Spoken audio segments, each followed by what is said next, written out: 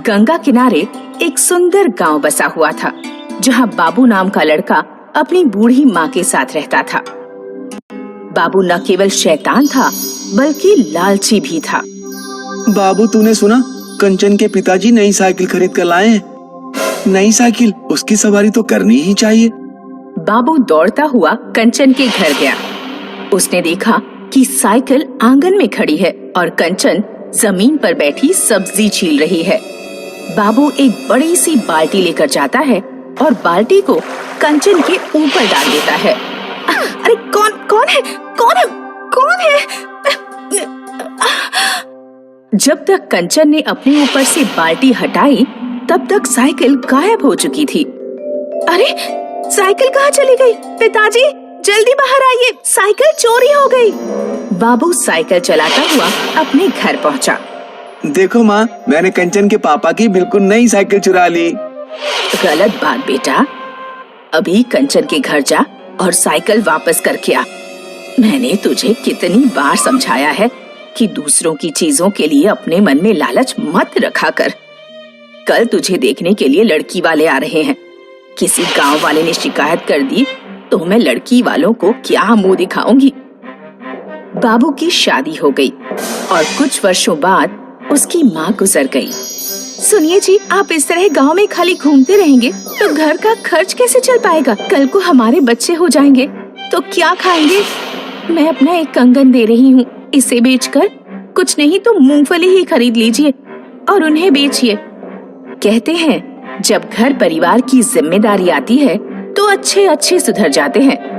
पत्नी के दबाव डालने पर बाबू को काम पर जाना पड़ा। उसने मूंगफलियां खरीदी और गली गली जाकर मूंगफली बेचने लगा। मूंगफली वाला, मूंगफली ले लो, गर्मा गर्म मूंगफली। मूंगफली वाला, 10 की 100 ग्राम मूंगफली। गांव में कोई मूंगफली वाला नहीं आता था, इसलिए कुछ ही दिनों में बाबू का मूंगफली का धंधा अच्छा चलने लगा। सुने ना, देखो आज मैं तुम्हारे लिए कंगन लेकर आया हूँ। कहो कैसे लग रहे हैं? अच्छे लग रहे हैं, लेकिन फालतू खर्च मत करिए। थोड़े बहुत पैसे भविष्य के लिए बचा कर रखने चाहिए। कुछ दिनों बाद गांव में एक चने बेचने वाला भी आने लगा। हालांकि बाबू की मूंगफलियां भी बहुत बिक रही थी, लेकिन जब बाबू चने वाले के पास लोगों की भीड़ लगी देखता तो उसे जलन महसूस होने लगती। मैंने मूंगफलियां बेचना शुरू की तो सबको कुछ न कुछ बेचने का भूत चढ़ गया। चने मटर वाले भी आने लगे। इस गांव में सिर्फ एक ही फेरी वाला प्रसिद्ध होना चाहिए, बाबू मूंगफली वाला। लोगों के सारे पैसे सिर्फ मेरे पास, बाबू मूंगफली वाले के पास आने चाहिए। एक दिन जब चने वाला अपना ठेला खड़ा करके टॉयलेट करने चला गया तो बाबू ने अपनी कुछ मूंगफलियां उठाकर चने वाले के ठेले पर रख दी। जब चने वाला वापस अपने ठेले पर आया तो बाबू शोर मचाने लगा। सुनो सुनो सुनो गांव वालों, चोर चोर चोर! भाइयों, ये चने वाला चोर है। इसने मेरी मूंगफलियां चुरा कर अपने ठेले पर रख ली। वो देखो, आज ये मेरी मूंगफली चुरा रहा है, कल आप लोगों के घरों से चीजें चुराएगा। मारो इसे। गांव वाले बाबू पर विश्वास कर लेते हैं और चने वाले की धुनाई कर देते हैं। चले जाओ इस गांव से और कभी भूल कर भी इस गांव में मत आना। चने वाले को गांव से निकालकर बाबू बहुत खुश हुआ। मुझे अपने दिमाग की दाद देनी पड़ेगी। कितनी चतुराई से मैंने चने वाले को गांव से भगा दिया।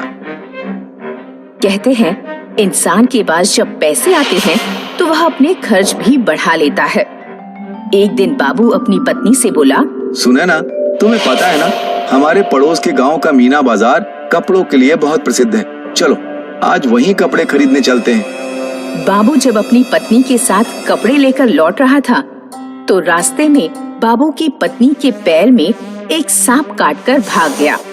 कुछ ही देर में बाबू की पत्नी पर जहर का असर होने लगा।